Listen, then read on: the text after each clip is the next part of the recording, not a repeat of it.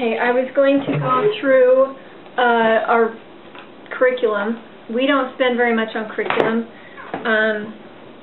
The main, what everything else kind of works around is teach a child how to learn in 100 easy lessons. Yeah. If a child gets stuck, you go back. If you don't push it, we started when my oldest daughter was 3, and she didn't really get it till she was 5.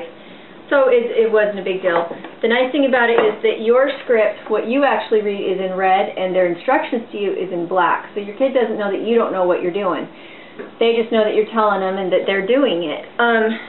Once you finish, this is basic reading. Once you finish with it, I go to flashcards, and I have my kids do it on a rebounder, which is a little trampoline, because the motion of them doing something physical helps them not focus on the fact that they're reading, and they get it faster.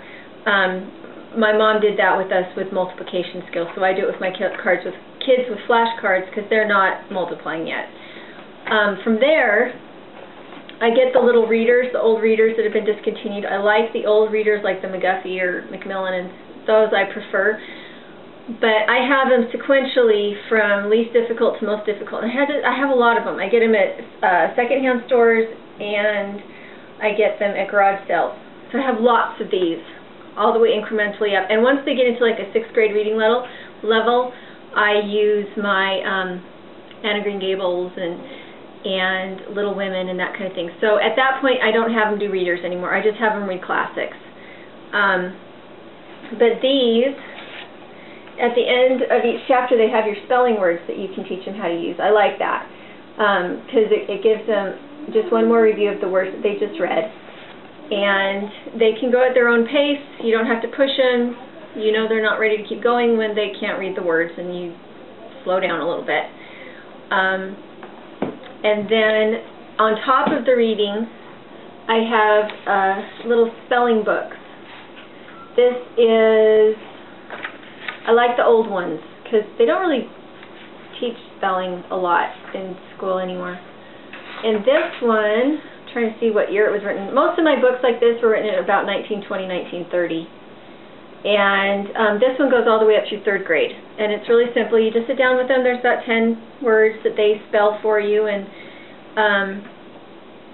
they just work really well. And it helps them with, so also when you're doing your spelling, they're working on their penmanship. So you don't have to have a second curriculum for penmanship. You just say, nope, that wasn't small enough, try again.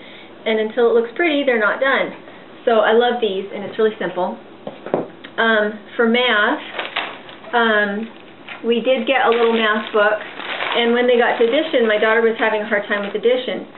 And so I made these little visual aids, hands-on. They're kind of like Montessori.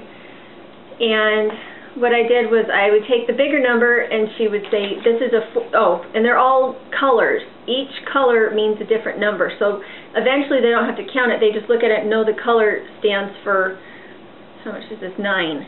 So the teal is 9. So if the problem was, what is 9 plus 4, she would throw the bigger number down. 9, 10, 11, 12, 13. 13. 9 plus 4 is 13, and so with these, she picked it up really, really fast.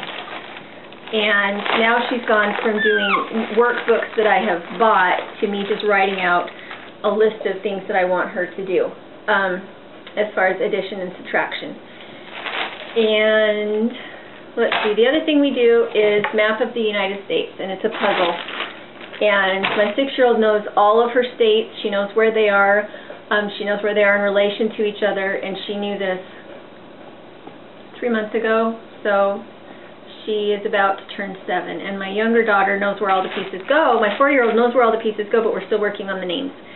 So, and this was another good review for learning how to read, is that after she knew where they were and she knew their names, I then made her read the names when she put them in. So that worked really well. And then at night, my oldest daughter, part of her school for the day is that at night she's the one that reads the scriptures to us. And this has been a lovely, lovely book because we love the pictures and the stories are short, and it's just super fun for her because she's the one reading the scriptures and we're not the ones reading the scriptures and trying to get them to stay focused. instead they stay focused with this. And we've had other Bible readers that we didn't like as well, but we really liked this one. And that is their school. I'm trying to think, and that's it. It takes us about 2 hours to do school. I have a 6-year-old and a 4-year-old, and it goes smooth, and they have chores, and all told, I've probably spent a few $100s on books, but I have all my reading books up through high school for my kids. I have classics, I have teenage girl type books, like Little Women, not like newer books, but like Little Women, that kind of thing. So I have all my curriculum for reading already up through high school, and I don't have to repurchase it. And I have old history books that I teach history and geography out of. And it works. And so we've spent several, probably $700 or $800 on books, but they include all my history books, all my geography books, all my reading books. And so I already have, with the exception of math, I already have all of my curriculum bought for all my kids through high school.